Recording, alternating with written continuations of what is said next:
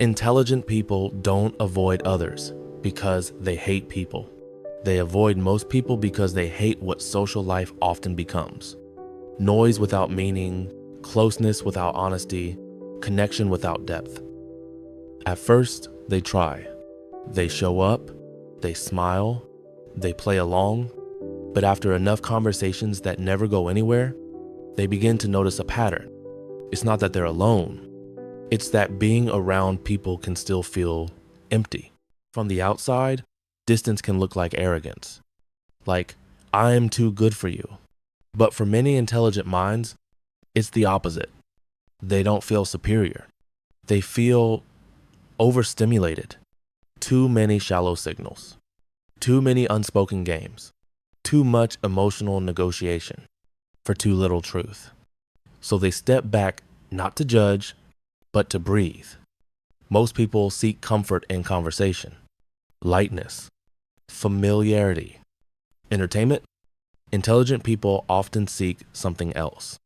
Clarity, substance, precision, meaning, and when your hunger is different, most rooms won't feed you. You can sit at the table all night and still leave feeling starved. That is the beginning of avoidance. Not rejection, but mismatch. Small talk isn't evil. It's social glue. It helps people feel safe, but for a mind that runs deep, small talk can feel like a tax on consciousness. You're paying attention. You're listening. You're smiling at sentences that say nothing. And after a while, your body learns the cost. You don't avoid people because you dislike them. You avoid the exhaustion of pretending to be satisfied by surface. In many social environments, you're not rewarded for being real. You're rewarded for being easy. Easy to understand. Easy to agree with. Easy to fit into the mood. But intelligent people tend to be complex. Not complicated to impress. Complex because they notice more. And the more you notice, the harder it becomes to perform normal without feeling like you are slowly disappearing. Intelligence sharpens perception, so you begin to notice things others never name. The insecurity behind jokes, the status games hidden in compliments, jealousy disguised as advice, fear disguised as certainty. Most people aren't malicious. They're just unconscious. But once you see the structure beneath the interaction, you can't unsee it. And when you can't unsee it, being social stops feeling natural. It starts feeling like navigating a maze, where everyone pretends the walls aren't there. Many relationships survive on gentle illusions, unspoken agreements, small lies that keep the peace. But intelligent people often carry a bias toward truth, not because they crave conflict, but because they crave coherence. And when you refuse to pretend, you become a threat. Not a loud threat, a quiet one. Because your presence makes other people feel seen, and most people don't want to be seen that clearly. There is a reason society fears certain minds. Because a mind that thinks clearly acts like a mirror. It reflects what others avoid. Their contradictions, their comforts, their self-deception. You don't have to confront anyone. You don't have to criticize. You simply have to exist as someone who refuses to join the illusion. And that alone creates discomfort. So people reach for labels. Cold, weird, too intense, too serious. But those labels aren't explanations. They're defenses. Avoidance rarely arrives all at once. It comes in small disappointments. You open up, and they change the subject. You share something meaningful, and they joke over it. You try to go deeper, and they call it overthinking. And after enough of this, your mind learns a painful rule. Depth is not welcome everywhere. So silence begins to feel safer than being misunderstood. Not because you have nothing to say, but because you've learned where truth is not invited. This is where intelligent people get misunderstood. They aren't antisocial. They are selective. They can be warm, they can be loyal, they can love deeply, but they do not give access easily because access costs energy.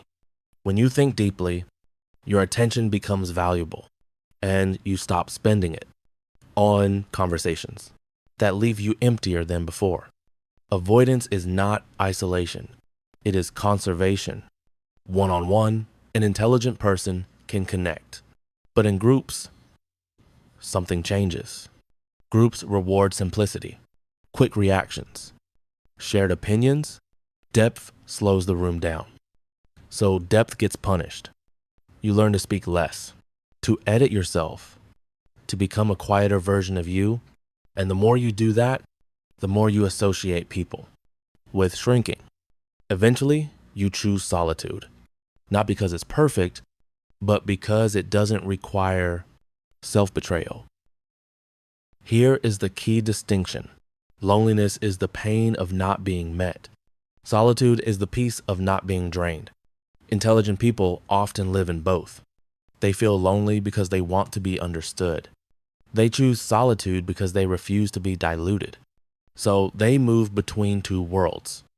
A world where they are surrounded but unseen, and a world where they are alone but intact. Over time, many choose intact.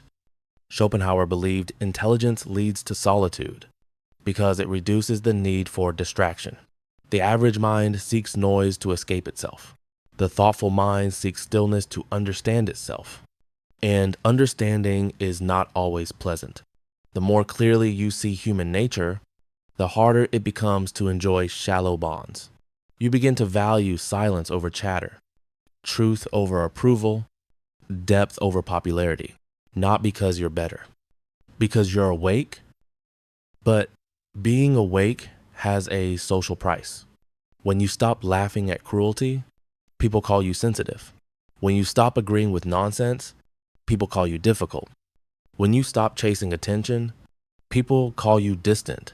Yet what they're really reacting to is this: you are no longer controllable by the usual social buttons. And that unsettles people because social life runs on predictability, on familiar reactions, on unspoken rules. Awake minds are unpredictable, and unpredictability feels threatening.